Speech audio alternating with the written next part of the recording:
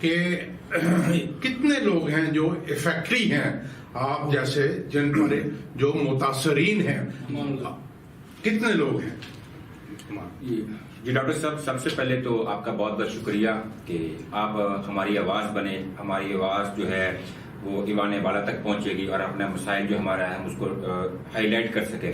تو اس میں جو 2014 سے لے کر 2018 تک کے ایجوکیٹرز ہیں ان میں کم و بیش 11,000 سے زائد لوگ ہیں، اور وہ صرف لوگ ہی نہیں، ساتھ سمجھنے کے 11,000 خاندان ہیں جو اس سے افیکٹ ہو رہے ہیں، اور اس وقت سب کے سب بہت اضطراب میں، بہت پریشانی میں ہے۔ وہ بالکل صحیح انداز کے ساتھ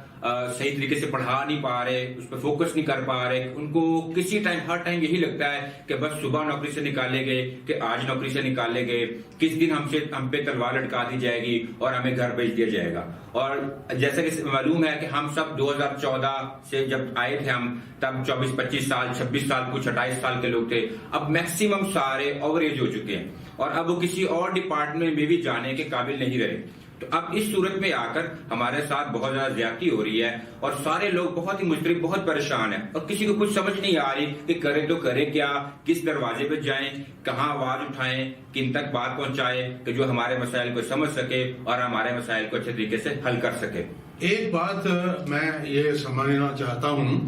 کہ اس ضمن میں آپ نے اپنے مطالبات کے لیے کس کس کوارٹر پر اپروچ کیا ہے، اور آپ کے جو کاؤنسلر ہیں جو اس کو لے کر چل رہے ہیں وہ کس سطح پہ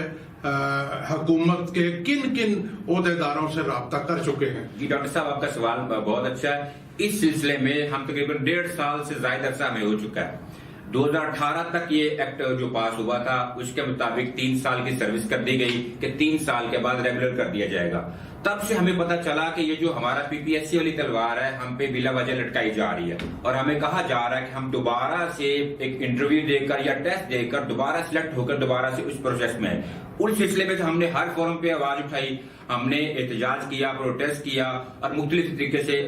منسٹر ایجوکیشن مراد راز صاحب سے 2 دفعہ ہم مل چکے ہیں اس سلسلے میں۔ سیکرٹری ایجوکیشن جو ہے ان سے 1 دفعہ ملاقات ہو چکی ہے، اور اسی سلسلے کے اندر منسٹر لا راجہ بشارت صاحب سے بھی 1 دفعہ ملاقات ہو چکی ہے۔ ہم نے بھرپور انداز سے اپنا مسئلہ بتایا ان کو، اور ہمارے جو موقف ہے اس کے اوپر انہوں نے حمایت کا یقین بھی دلایا، اور ہر دفعہ انہوں نے یقین دہانی کروائی کہ ہم انشاءاللہ ضرور کریں گے، آپ پریشان نہ ہو، یہ مسئلہ بالکل آپ کا جینوئن ہے اور آپ کو ریگولر کر دیا جائے گا۔ لیکن اس پہ ہمارا ایشو ابھی تک جو یہی آ رہا ہے کہ ہمیں صرف یقین دہانی مل رہی ہے، اور اس کے اوپر ہمارا عملی طور پر کوئی کام ابھی تک نہیں ہو سکا۔ اور اس سلسلے میں ہم نے بار بار ان کے ایوانے والا تک بات پہنچائی گئی، لیکن ہر دفعہ ہمیں یہی کہا گیا کہ ہو جائے گا، پریشان نہ ہو جائے گا، لیکن کب ہوگا اس بارے میں ابھی تک کوئی ڈیڈ لائن، کوئی چیز ہماری کوئی ہمیں ابھی تک صحیح طریقے سے پتہ نہیں چل سکی۔ آپ کے خیال میں یہ سارے قصے کو لٹکانے کے پیچھے راز کیا ہے؟ جی ڈاکٹر صاحب، میرے خیال سے جب حکومت آئی تھی تو ان کو یہی بولا گیا تھا کہ ہم انشاءاللہ تمام ملازمین کو نوکریاں دیں گے اور اس حساب سے روزگار کے مواقع پیدا کریں گے۔ لیکن اب سے جو سچویشن ہمارے ساتھ نظر آ رہی ہے کہ ہم 11,000 سے زائد لوگ ہیں، لیکن ہمارے ساتھ 113 ماہ والا سلوک کیا جا رہا ہے، اور اس حساب سے ابھی تک کچھ سمجھ نہیں آ رہی کہ ہمارے ساتھ وہ کرنا کیا جا رہے ہیں۔ ہم مختلف انداز میں منسٹر ایجوکیشن سے بھی ملے، ان سے بھی ہم نے بات ڈسکس کی، بہت ڈیٹیل کے ساتھ ڈسکس کی۔ ہمارے موقع کی حمایت تو کرتے ہیں لیکن عملی طور پر اقدامات ان کے نظر نہیں آ رہے، اور اس سلسلے میں انہوں نے کہا تھا کہ ہم سمری بنا کر بہت جلد بھیجیں گے، اور اس سمری کے اوپر وہ انہوں نے اس حساب کا چند عرصے سے پہلے سمری بھیج دی بھی گئی، لیکن اس سمری پر اس کے بعد کیبنٹ کمیٹی میں گئی، وہاں سے ایک مزید کمیٹی بنا دی گئی، اور اس پہ بھی 2 ماہ کا عرصہ گزر چکا ہے، لیکن ابھی تک جیسے ایسا لگ رہا ہے کہ جیسے یہ ان کی پریورٹی میں شامل ہی نہیں ہے۔ اور اسی سلسلے میں ہم ایجوکیٹرز کی آپ کو یہ بات ہم امپورٹنٹ بات بتائیں کہ 2014 والے اور 2015 والوں کے جو کنٹریکٹ پیریڈ تھے وہ ختم ہو چکے ہیں، اور ان کو 2 دفعہ ایکسٹینشن دے دی گئی ہے۔ اور اس میں ایک مزید بات جو ہے کہ ہمارا دوبارہ سے ہماری مئی کے اندر تمام جو ایجوکیٹرز ہیں ان کی وہ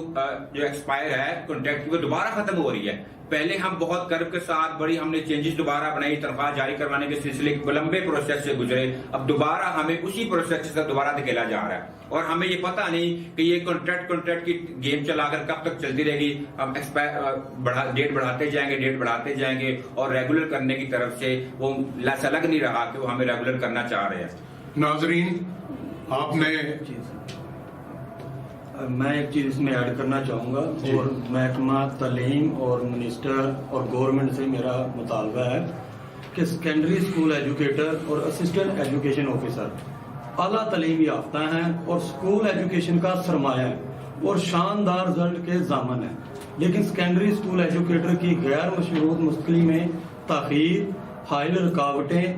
سیکنڈری اسکول ایجوکیٹر کی توانائیاں اور ذہنی صلاحیتوں کو زنگ آلود کرنے کے مترادف ہے. تو ہمارا بطور سیکنڈری اسکول ایجوکیٹر اور اسسٹنٹ